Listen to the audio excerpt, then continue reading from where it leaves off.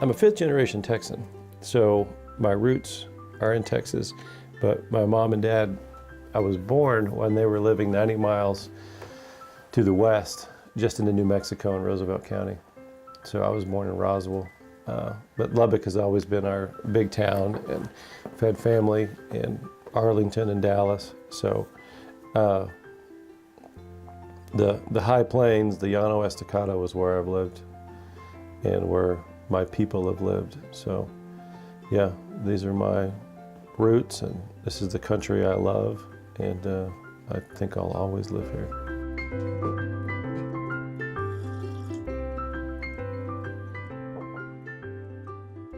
Right now, 3 of the books take place in Colorado, and 3 of the books take place in West Texas. So there's this stretch of land between Trinidad and kind of Amarillo. It's this big wide open area, Clayton, New Mexico, and so Wilder travels that 2 or 3 times throughout the books. But so they're either in the mountains there in southern Colorado, or they're here in Caprock country, Paladera Canyon type country.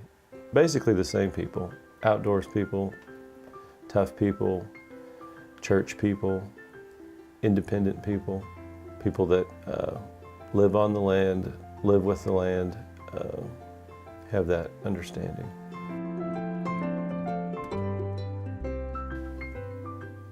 I don't want the Wilder Good series to be formula fiction, which means chapter 1, somebody dies. Chapter 2, we introduce our protagonist. Chapter 3, we introduce the henchman.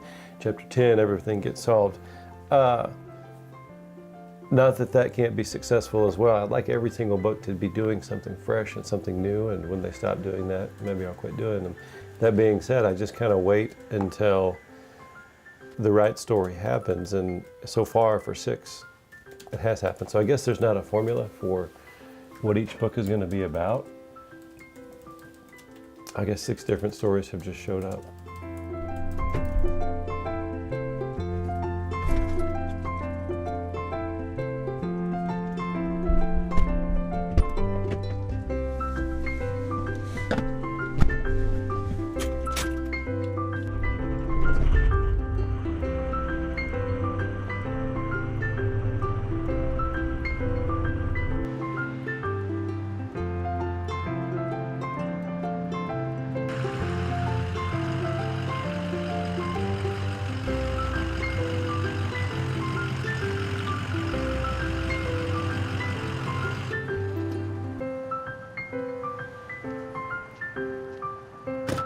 I teach because for some reason I've always worked with kids, and I like working with kids, and I chose to teach 7th and 8th graders because I think that's kind of a magical age. As soon as you get on the other side of 7th and 8th grade in general terms, you're worried about boys and girls and what you're going to be someday and all these pressures of the real world. But 7th and 8th grade is this magical age at 12 and 13 when you have a very dim perception of the realities of the world, but your imagination still has the chance to be as big as you can make it.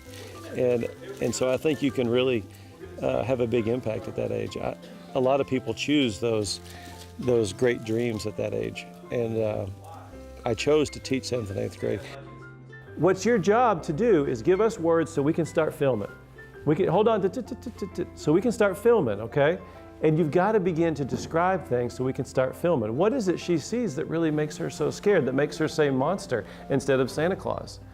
You've got to get into her mind and don't tell us how to feel. You got to show us how you want us to feel. Heavy plot is how the story started. I don't know if I'll do it forever. I have other things I want to do, but before I taught, I worked with voice ranches and children's homes, several places around the country, and I still have a great passion for that work. But that's just working with youth. It's youth who's usually at risk or been through abuse and neglect. But it was teaching. It wasn't teaching in public education, but it was still just teaching. And so I guess I'll probably always do that in some format. Yes, we have some success happening before our eyes. Excellent, excellent work. I feel that way, and I don't think I'm ever going to be a skinny 12-year-old girl.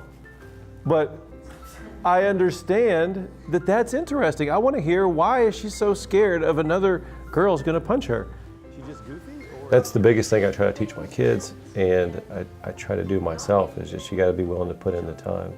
If you put in the time, usually something good will happen.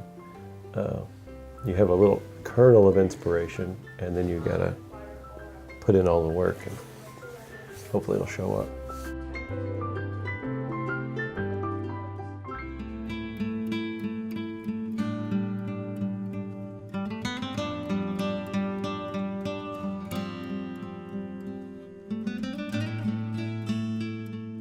This is the 4th book, and I dedicated it to my dad, and it said, "Who gave me the durable gifts of nature and of books."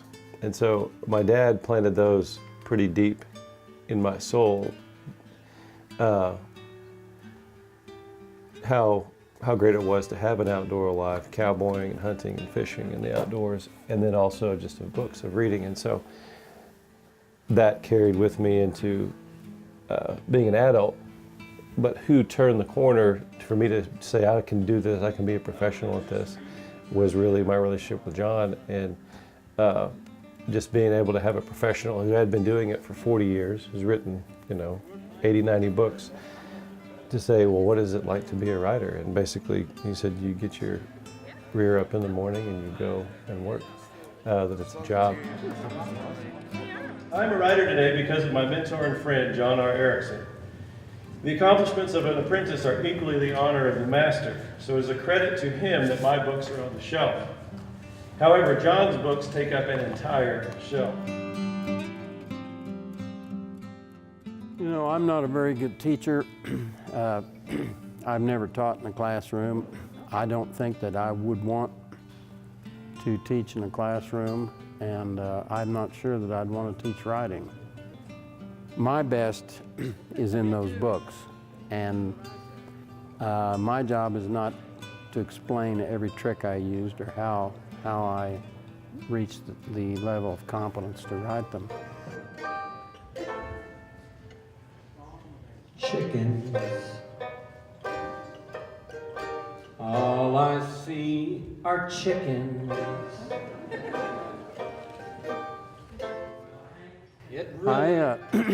I haven't really had the patience to bother with students. I live kind of a hermit's life, and I like to be alone. And but I've chosen 3 students, and one is Nathan Dahlstrom, the other is my son Mark Erickson, who's a very gifted writer, and then a young lady named Nikki Georgakakis, who works for me. And they are not a waste of my time. I'm very jealous with my time. And we communicate on a regular basis. We discuss topics that come up.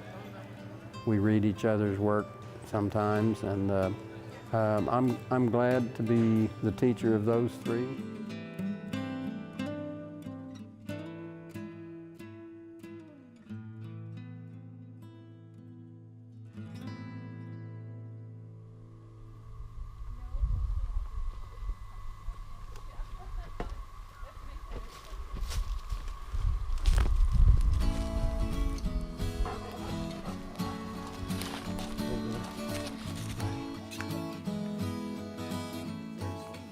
This makes a really nice habitat and a pretty place for all kinds of birds and for people. And we spend a lot of time out here camping out and stuff, but someday we hope to live out here.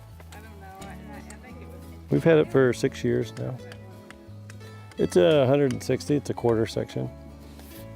The people who had it before us had it for 100 years. They were a pioneer family, 4 brothers. And before them, the Comanches had it. So it's a neat place, but these berms are all blowout from, it was cotton farmed for probably 40, 50 years. And so Dust Bowl, and hence this sandy ground should never have been cotton ground, so it blew out where all the fence lines were. But it makes for us now a nice little bowl where we're totally secluded. The goal would be to come out here and write full time and just go turn into a crazy hermit. That's the goal for my life. It's just to write and come out here. These are cowpen daisies, but they are magnificent right now.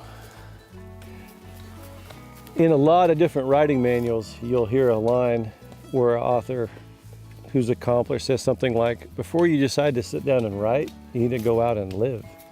You need to get some experiences under your belt. And so I think that's why a lot of people get in MFA programs or in graduate school and they want to push their first book out or first set of poems. And they're not very good or they all sound the same because they haven't lived very much. And I think getting out in the world and maybe not becoming an expert in something, but trying and failing and actually living life, keeping a marriage together, raising children, getting fired from a job, losing a job, having your house burned down. All those things are the grist of, I think, where great literature comes from. And so it doesn't mean you can't write. I want my 7th and 8th graders to write, but they're learning the craft. They're not ready to make great art yet, probably. But once you get out and live life a little bit and know some things, then that becomes your mill that you grind up, and hopefully art comes out of that. Whether you become a deep sea diver or a hunter in Africa or a missionary in Peru or whatever it is you choose to do, I think that's where the great stories will arise. And you can't rush it. There's a gestation period, a compost heap that you have to throw things into before the good stuff comes up. Butterflies? There's a Danny Sosie.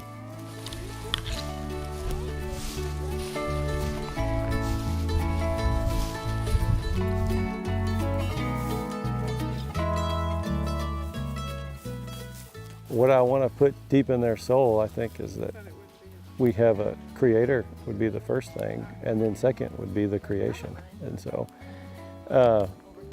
my kids don't have cell phones. We watch almost no TV, but we have all of this. And so I hope that 30, 40 years from now, when they're raising their kids, those values will come out. It's a much different world than when I was raised. We didn't have to fight against nonstop video games and screens, but now they do. Wherever you go to school, wherever your friends are. And so that's a huge part of my parenting and what I want them to know. And certainly that's part of the Wilder Good books, that we have all of this. And why aren't we using it? You know, is this little bitty tiny thing? Is that really better than everything out here? There was an old iPhone commercial that I've hated for a long time. It had a little kid camping out in the backyard, and he had his dog. He was camping out, and there was a fire. And then he pulls out the iPad, and the throaty voice comes on and says, "There's never been anything like this." And that's just a lie. It's a lie made to sell these things. We've always had this. It's just we're being lazy. We're not telling people about it. We're not showing people about it. So I certainly hope the Wilder Good books will do that, and I certainly want to reflect that in how I'm raising my kids. Hopefully what you write comes out of your life, not just some abstract thing you're doing to make money or to sell something, but it's a piece of how you live.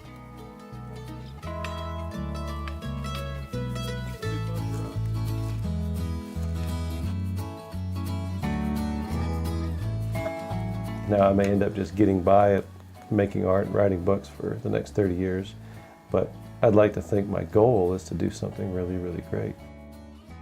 Do you see all those seeds? Yes. Those are mesquite beans. Mesquite beans are sweet in the fall. A lot of things eat them. That's how plants spread around. Why do you throw that? But that's God's design, because then those seeds become new plants. So God designed it that way. Which it, yeah. Yeah.